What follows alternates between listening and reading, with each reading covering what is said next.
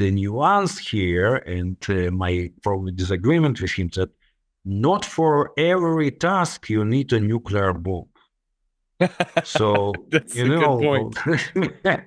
not for every task you need, a really large volume of things, a large volume of models that will judge everything and know it.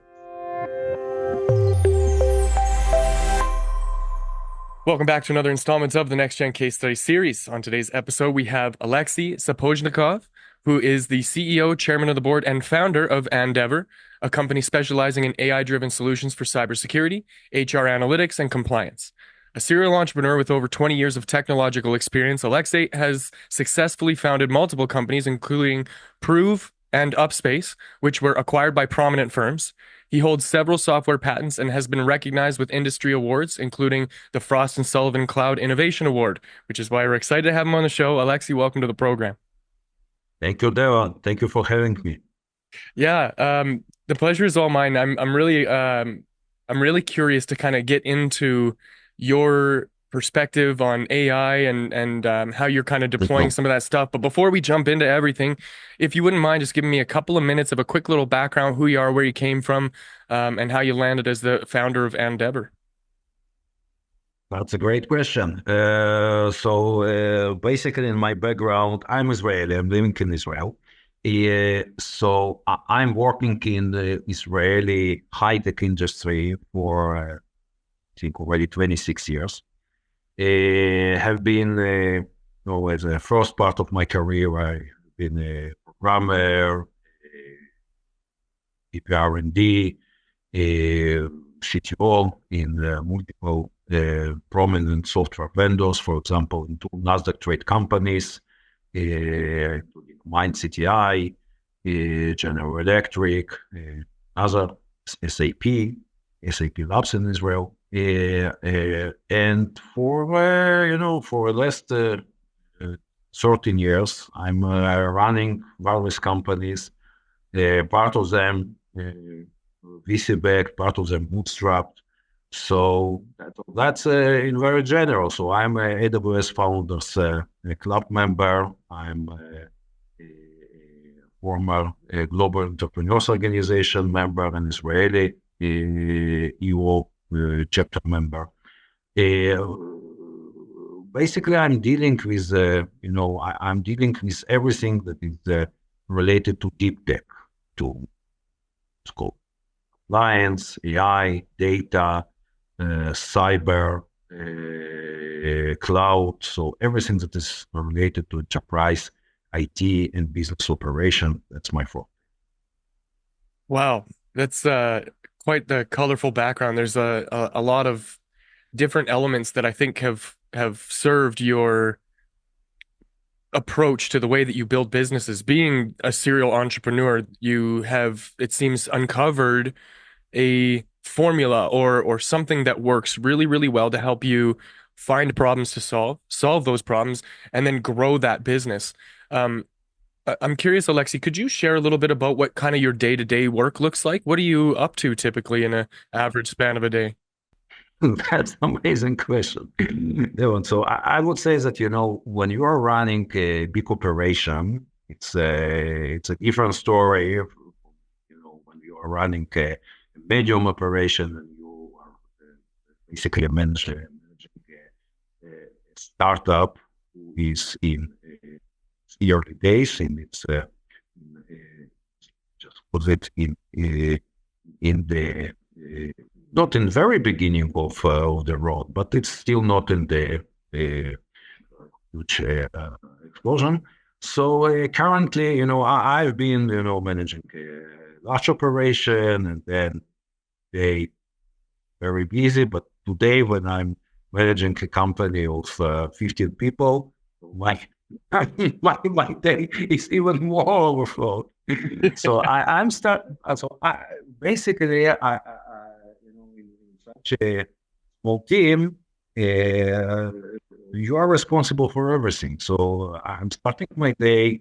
I have a conversation with our R&D team, and to understand the current situation with the technological stuff.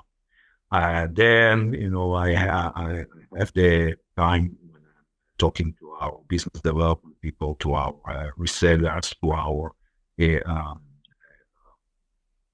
sales guys. And then, we see the business operation management.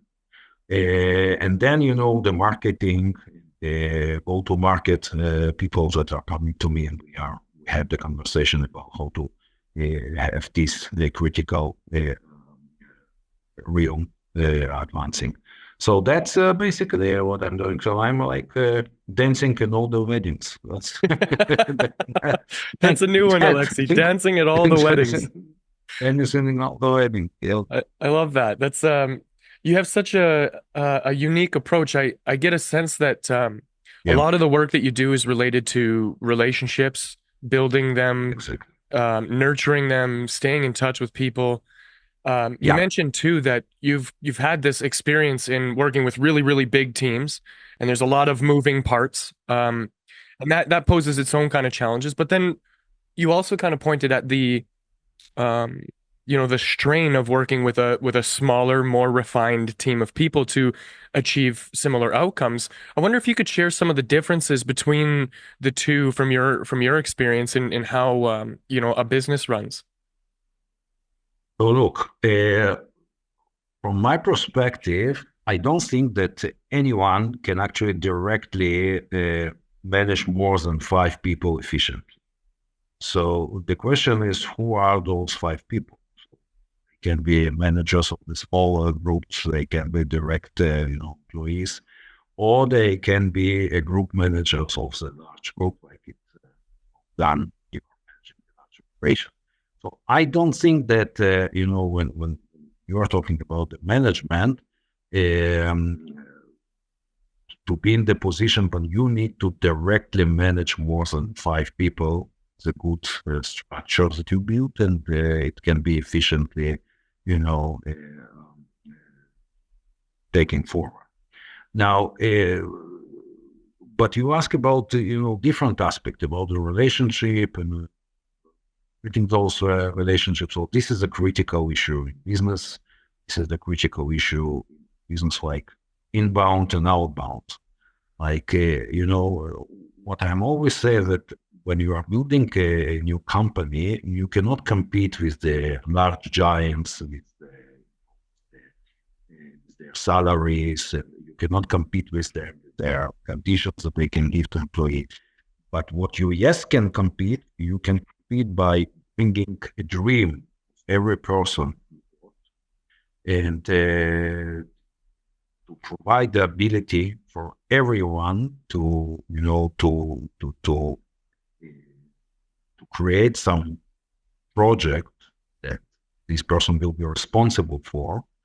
And that is something that is very difficult to do in the large organization. Again, that's why I have been working several of them. So it's naturally very, very difficult to do. So here, I think the relationship inside of the company, especially when you have like plenty of employees positions open in outside market, is something that can hold your team together. Same vision, the same determination, the same goal is something very critical. When you are selling your product, when your people are selling your product, the relations that you have with the customers, personal commitments, the quality of your deliveries is something that's your name, that's your reputation. That's something that is very critical in the business and the sales operation. So yes, you're absolutely right. That's what it's all about. So finding the right people to manage, I think, is part of what you were pointing at, in that in a bigger organization, you need people who can manage their own little teams. And so you have these little sections of people that are kind of working on, different goals, aiming at a very specific achievement or milestone. But then on the smaller scale, it's very, very hands-on, very intimate, very one-on-one. And so keeping people motivated, keeping them on task, keeping them pursuing that goal is usually a challenge. But Alexey, I get a sense that you found a way to be able to communicate with the people in, your teams to be able to empower them and enable them to do the work that they're doing. So, yes, Devon, and I will say that, you said previously regarding the how to hire the right people. This is a critical issue, in the size of the operation, the size of your organization. It's not important to hire right people, especially if you are hiring for the, manager position. It's a critical story. And every setup, every situation is different. So for a large organization, you're looking for different profile. For small organization, you're looking for different profile. But I think that the requirement that I see for myself, I see for other people that help me to hire the right people, is to understand the fit of the person, not just to the technological or to business, profile of what we are looking for, but also a personal fit to the situation where, the small company or the medium startup that you need to adapt. And the mistakes that, everyone did, that I did in the past, and maybe I will do in the future, when you are hiring a product, is majority of them is not about some technological mistake or business mistake, because that you can check. Very, when you are hiring a product. In majority, it's about to misalignment of the specific candidate to what you have as a workflow, what you have as the atmosphere and the definition of this position. That's a tough lesson to learn along the way in finding somebody that is in alignment with the vision that you have, because skills are trainable, right? You can always train somebody to get better at a certain task, but if their mindset isn't on the same mission as you, that can pose its own set of challenges. And that's such an interesting perspective, because we're seeing a shift away from this task-oriented management style to a goal-oriented management style. And the reflection of that in how we serve our customers is becoming more clear that it's a more efficient and a more effective way of serving. And then to your earlier point, the reputation management, like being sure that the work that you're doing is at the highest possible caliber so that people talk about you and share that with their peers. And so that's a difficult strategy to take when it comes to like marketing and building a business, but it's one that's obviously working very well for you, being that you have this serial entrepreneur title. So when it comes to Andeavour, could you maybe share a little bit about what your customer experience looks like from the point of like, when they find you, and then, how you work with them and then turn them into a customer? What does that typically look like for you guys? So basically what we are doing, we are dealing with some new topic, which is called organizational intelligence. Mm-hmm. And basically it means that, in various business units and different business units in today's organization, you have a situation when a specific business unit has some kind of critical information, which is very critical for them. But from other hand, it is not discovered well, not secured well, not mitigated well, not regulated well, and they have a lot of problems. So using our proprietary AI technologies that we develop in-house, and we are a proud partner of NVIDIA and of AWS in Israel, we providing various for customers a product, but for us it's implementation of our technology to solve this issue. Okay, so we have a product for cyber, we have a product for compliance, we have a product for HR. And basically we are arriving to our customers via various, ways, various channels.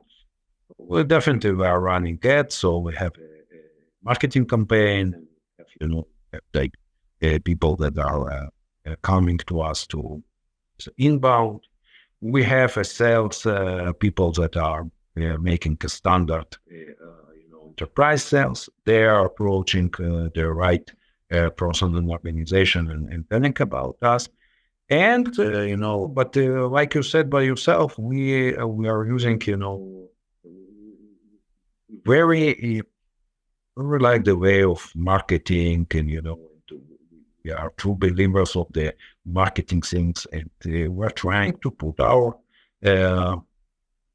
name on the map in our online presence as high as we can. And I can tell you that surprisingly, we are succeeding much more than several highly VC-backed companies. And this one is not VC-backed. This one is bootstrap and funded by its founders. So that's very good. We're clever. I would be quick to blame Alexey for that success. Yep. No, that's wrong. That's only people. That's not me. I'm not doing this stress there. So it's the team, right? Yeah. It's only a team. Yeah, that's a tough skill to build as a leader is organizing and finding a team of people that create the cohesion it takes to be successful in that pursuit. And that path for the customers to take, inside of that, some businesses face a variety of different types of challenges or bottlenecks or friction. I wonder if you could talk to some of the experiences that you're having right now in the way of streamlining those processes and trying to make them more efficient and more effective along the way. So that's a great question. Look, we are, as I said, as I said here before, basically our forte it's AI. So we have a deep experience in cyber. We have a deep experience in compliance and all those operations. However, our main experience is AI and making things much more efficient with AI. So definitely, where we see that it can be automated, and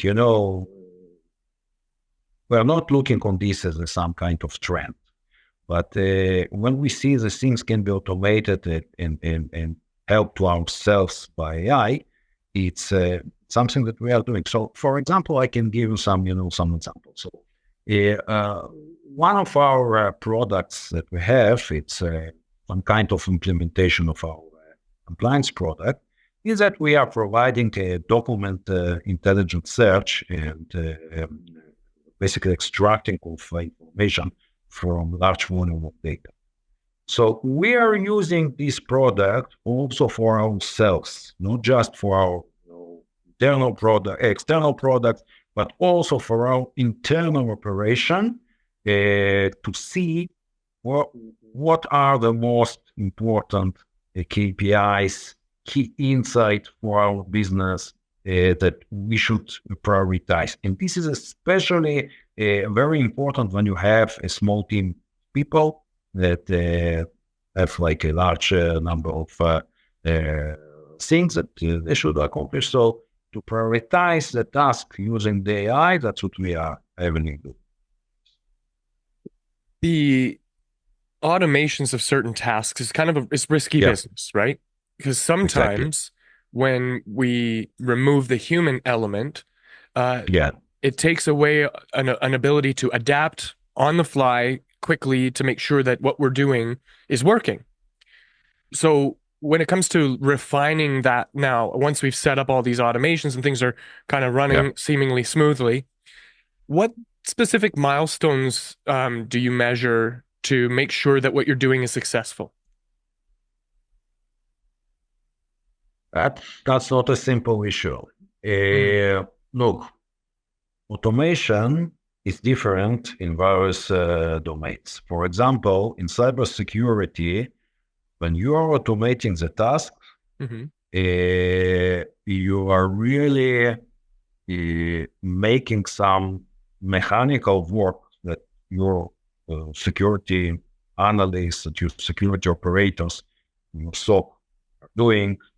You are putting them on automate, and you are relieving the resources for more important tasks, and you basically security operations become like also with much higher quality and with much higher speed.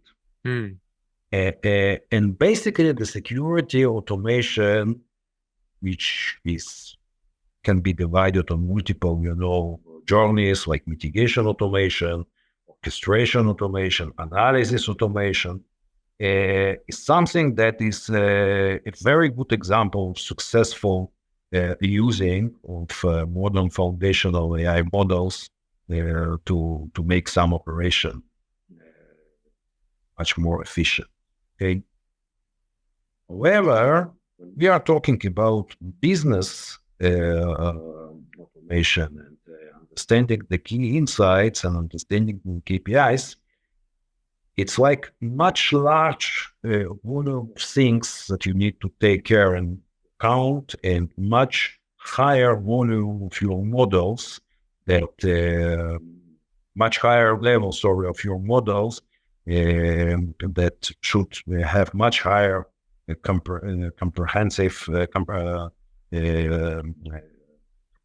comprehensive understanding there for be able to do it. Because it's like less technical, it's more like sales and marketing operative. So here, I think that the right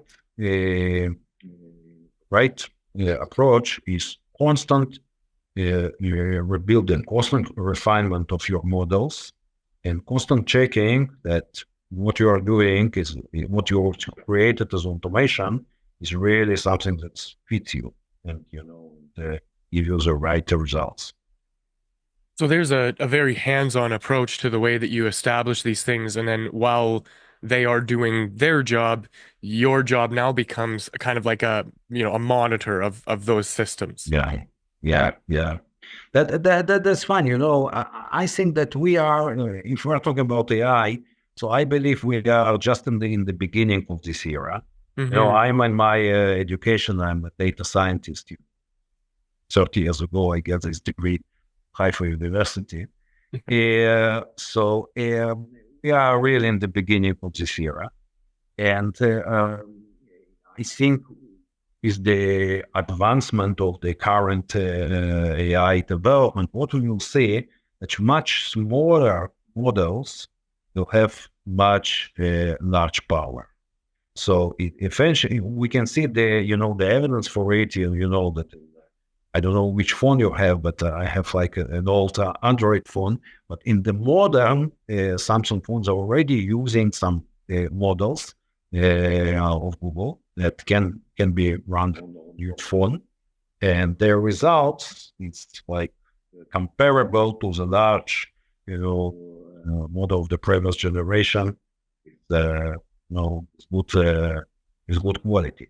So what I think that maybe 10 years from now, you will not just see the AGI, but you will also see that what you have now is being done by model of 400 billion parameters. You'll be able to done, by much smaller models that requires much less resources to run. And that is a real shift. It's not just to have the AGI think when the model can do things and not just, suggest or generate, but also do things, learn new things and like self-rebuild it based on it. But also the size of the model, I think it will become the same like we saw in PC. When I was a small boy, little boy, my father, who actually was in former Soviet Union, he was responsible for a large computation center. Mm-hmm. So I remember the mainframes that we have in the 70s, with like all the building and all the stuff. And today we have such a laptop that we were talking, which I believe has pretty much the same pretty much the same power that all these buildings. So I think it will be the same in the AI models. Yeah, I love this idea that this is the worst that AI and technology like it is ever going to be. And if that's the case, it's pretty darn good as it is. I can only Yeah. imagine how we're going to evolve these tools and turn them into more useful pieces of, um, uh, software and other elements that we use to make our lives better. When it comes to innovating and creating these things, is that something that you guys kind of work on internally, or do you look for, possible collaborations and things externally from other people who are making waves in the industries? So, I recently I heard the interview of Sam Altman, and he said the following thing. I'm not quoting his exactly, but what he said approximately is the following thing. He said that if you are building your technology, then you are training your models from scratch. Probably you're doing it wrong, but if you are basing your technology on some way, when you are taking ready models that other people are training for you, ChatGPT or Mistral or others like this, Google models, you are doing it in the correct way. The nuance here, and my probably disagreement with him, that not for every task you need a nuclear bomb. So, That's a good point. not for every task you need, a really large volume of things, a large volume of models that will judge everything and know it. Hmm. We see that in some cases we are using nuclear bomb. We are using those big models that we are taking from providers, and then we are fine tune them internally and running them only internally. We are not connected to any external AI provider. But from some tasks, we are not using LLM models at all. We are just creating sequential neural net models, which is like much smaller architecture AI models, and we are running them. So that's that's something that is correct. So that's a question. Yeah, the idea of using an atom bomb to solve a small problem, right? We're Yeah. we're looking Yeah. at leveraging tools that aren't necessarily made for the thing that it was that we need it to do, and so that poses its own set of challenges, I'm sure, in developing and integrating some of these new technologies. So, Alexei, you've been very generous with your time and wisdom, and there's so much here that you've shared that's been very valuable. And we're kind of coming to the end of our time together. Before we wrap things up, I'd love to get into your mind a little bit and see if there is new things that are coming down the pipeline or trends that you're seeing that you're kind of excited about. What does the future hold for Andeavour and the work that you're doing? So regarding Endeavor, I truly believe that organizational intelligence is one of the next big thing. Actually, we are very synchronized with, for example, Gartner. People that think probably the same.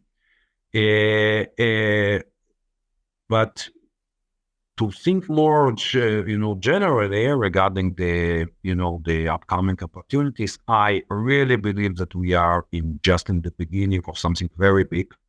Like Bill Gates said that he twice in his life, he felt this feeling, like once when he saw the frost windows, second time when he saw the what's going on today, and even with the I believe that in 10 years from now, the technical and business opportunities will be changed dramatically, not like in the previous 10 years, but like with some coefficient and like exponentially. And I think it's an exciting time to create something new, to be a part of this revolution.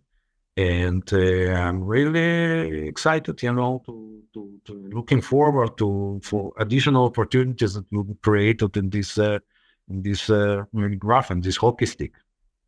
Your contributions are both welcomed and extremely valuable in terms of the work that you're doing right now, and I think that that is definitely something to be excited about.